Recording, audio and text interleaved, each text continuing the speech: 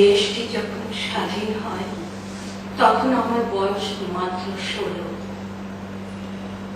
লো ভলিউমে স্বাধীন বাংলা বেতার কেন্দ্র শোনা ছাড়া আর কোনো অবদানই রাখতে পারিনি। স্বপ্ন দেখতাম ফ্লোরেন্স নাইটিঙ্গেলের মতো মুক্তিযোদ্ধাদের সেবা করছি, কিন্তু 3 দশক আগের মধ্যবিত্ত পরিবারে কিশোরী স্বপ্ন বাস্তবায়ন অসম্ভব ছিল। তারপর মুখ বুঝে পড়াশোনা, মুরব্বীদের পছন্দে বিয়ে, স্বামী ডাক্তার, মনে বড় আশা এবার অন্তত দেশের জন্য কিছু করা যাবে। কিছুদিনের মধ্যেই দেখলাম হাসপাতাল, রোগী, চেম্বার, প্রাইভেট প্র্যাকটিস আর ব্যাংকের চক্রে আবদ্ধ তিনি। প্রচুর অর্থ, বিপুল ব্যস্ততা। অনুযোগ করলে বলতেন, এই ব্যস্ততা, এই সঞ্চয় সবই তোমার আর সন্তানের ভবিষ্যতের জন্য। স্ত্রী আর সন্তানের মাঝে তবে দেশ কই? আমি আমার স্বপ্নকে বপন করলাম আমার সন্তানের হৃদয়ে। তাকে বলতাম, তুমি অনেক বড় হবে, দেশের সেবা করবে, দেশের মুখ উজ্জ্বল করবে। আমার ছেলে সেই স্বপ্নকে ধারণ করলো, লালন করলো।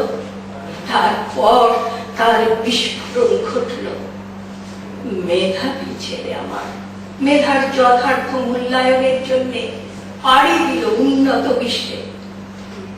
অশিক্ষিত বোকা মায়ের কিশোরী বেলার স্বপ্নকে মূল্য দেওয়ার সময় তার কই?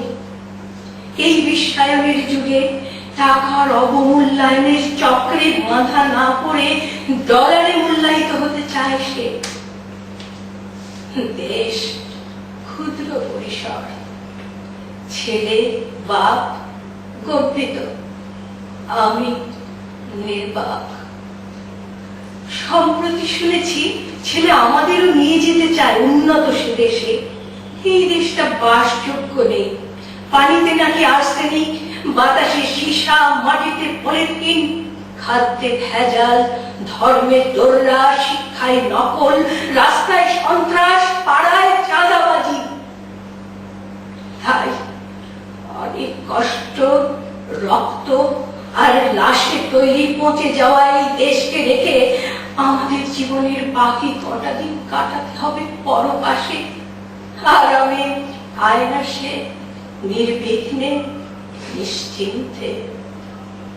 অকাট্য যুক্তি হার মানে আমি বুঝলাম দেশের প্রতি আমার ঋণ শোধ হবে না কোনো মতেই। তাই 28 বছরের বিবাহিত জীবনের দোহাই দিয়ে স্বামীকে প্রতিজ্ঞা করালাম, যেখানেই আমার মৃত্যু হোক, আমার কবর যেন হয় এই দেশের মাটিতে। কারোর প্রতি কোনো অভিযোগ নেই, অধিকারও যে নেই এই সত্য বুঝে গেছি আমি।